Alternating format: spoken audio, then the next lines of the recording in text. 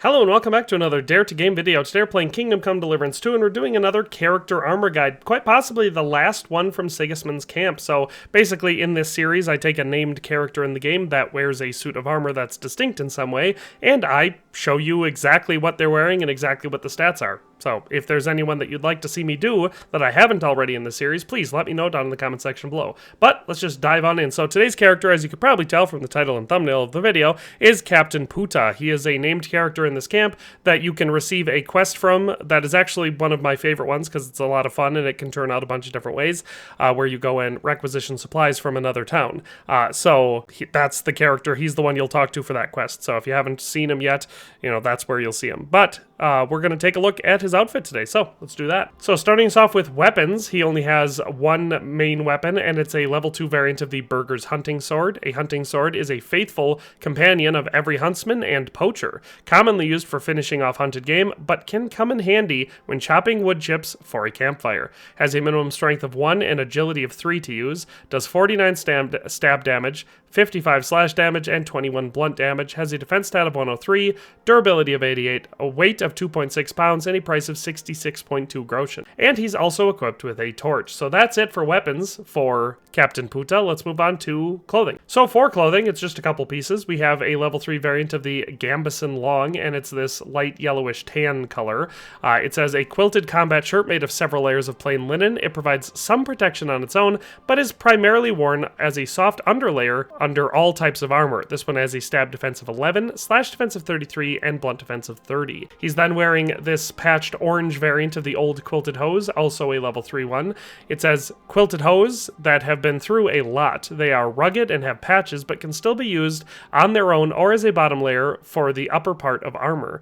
It says stab defense of 17, slash defense of 27, and blunt defense of 28. Then lastly, he has some shoes. He's got a level 3 black variant of the simple shoes, which are low-cut shoes, and they come in a variety of designs. These simple, comfortable shoes are popular among all societal classes. They have a stab defense of 1, slash defense of 3, and blunt defense of 1. So taking a peek at him from the outside, I shouldn't be crouching for this. So taking a peek at him from the outside, this time standing, we have the front view here, the side view, and the rear view. So you can see it is a very, very unassuming and plain looking layer of clothing. So that's the base layer. Let's add the padding and mail layer. And for the padding and mail layer, it's just 2. We do not have a collar for the suit of armor, so we have the level 3 variant of the mail coif, a quilted hood with a collar and wide mail hood with a stab defense of 24, slash defense of 60, and blunt defense of 50.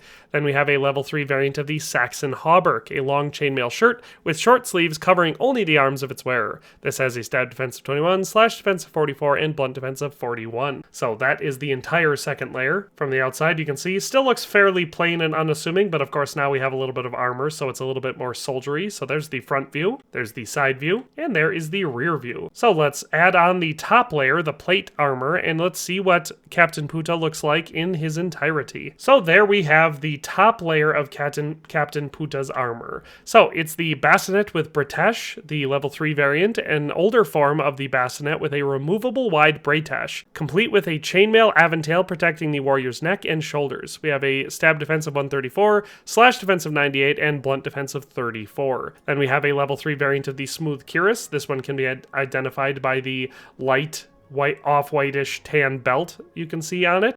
This type of armor provides less protection than any brigandine, as it only protects its wearer's chest. So it's referring to the fact that this is a very small cuirass. It only protects the front of the torso and only the upper half of the front of the torso. So we have significantly less protection with this cuirass than a lot of the ones that you have in the game. This one does have a stab defense of 111, slash defense of 80, and blunt defense of 29. Then we have a level 2 variant of the chainmail gauntlets. Fingerless chainmail gloves with tempered sheet metal are an older type of armor and therefore cheaper to produce than plate gloves. Unfortunately for archers, and especially archers, they lack any advantages. So we have a stab defense of 88, slash defense of 63, and blunt defense of 23 for these. Then we have a level 2 variant of the half plate legs. Partial leg protection covering only the thighs and knees of its wearer, who for some reason decided to save on armor cost. One should think twice whether this is a good idea though. These have a stab defense of 88, slash defense of 63, and blunt defense of 23. Then lastly, we have just the plain couters. We do have a level 3 variant of them. These ones can be identified by the green leather band holding them onto the elbows. It says simple elbow pads. You can suffer all sorts of injuries in combat, so it's best to protect yourself however you can. These have a stab defense of 17, slash defense of 23, and blunt defense of 10. So that's it. That is all the pieces that make up Captain Puta's armor. This is what it looks like from the outside. So here's the front view, and it looks exactly like him. So, you know, it should, considering I took all of these pieces directly off of him.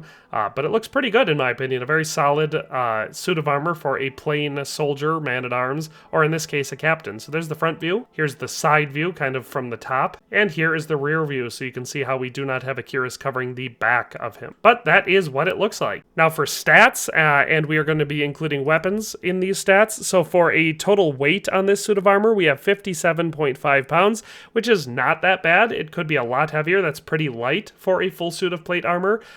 Keep in mind, we are missing only one major piece on this, and that would be a mail collar if you had that. And of course, heavier, you know, sleeve and leg armor, which we don't have, and you can't if you want to maintain the look, you know, then it would be a lot heavier. But as is, it's fairly light, so that's good. Then we have a total value for this, once again, including those weapons that we looked at, of 10,468.1 groschen. So this is actually a fairly cheap suit of armor. I consider anything at or below 10,000 to be pretty dang cheap and affordable, something that would be, you know, a lot more appropriate for the common soldier out there, so this definitely fits that bill. Then for our armor value, for the head, we have an average of 177.3.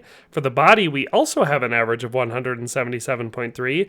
For the arms, it's 121.3, and for the legs, it's 131, giving us an overall average armor rating, or AAR, of 151.7. So definitely not anywhere near the best armor we've looked at, and you know, considerably lower than a lot of them that we've looked at, but it offers decent protection across the entire body, and definitely would be great for role-playing as, you know, someone who is not able to just get unrealistic amounts of money. So definitely a cool suit of armor, and this is what Captain Puta looks like. So I will show you now where to find Captain Puta. Well, I only have one location where you can for sure find him, because it's where he sleeps, but that's most likely where you're going to want to go if you're trying to steal this armor off of him. So he is another character that wanders around the camp, so during the day you might find him anywhere within these walls, but most often I actually find him up here at the chapel. So this is near the top of camp. You can see where my character is located. It's by the indulgence chest. He will oftentimes be in here, usually kneeling right there praying, so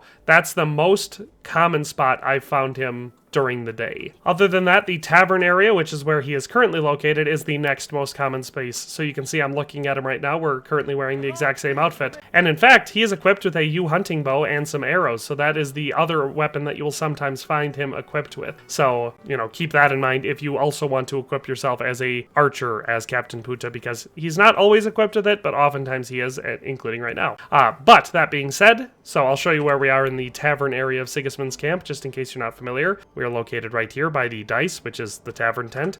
You can find the place where he sleeps right up the hill from here. So this square red and white tent here is where he is almost always sleeping at night. And that bed that I'm looking at right now, the one in the back left corner, that is the one that he sleeps in. So if you'd like to get your hands on this suit of armor, you can just come here at night and grab it there. Or I guess you could run in during the day and kill him and take it. He will respawn after, I don't know, 5 or 6 days. But with all that being said, that is the armor guide for Captain Puta. I hope you enjoyed this video and found it useful or entertaining in some way, shape, and or form.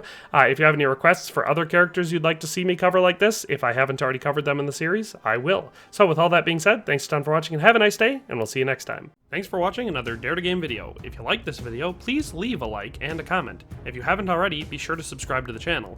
If you like my content and would like to support this channel, consider becoming a member today for as little as $1.99 a month. It makes a huge difference. But in any case, thanks for watching and have a nice day. I'll see you next time.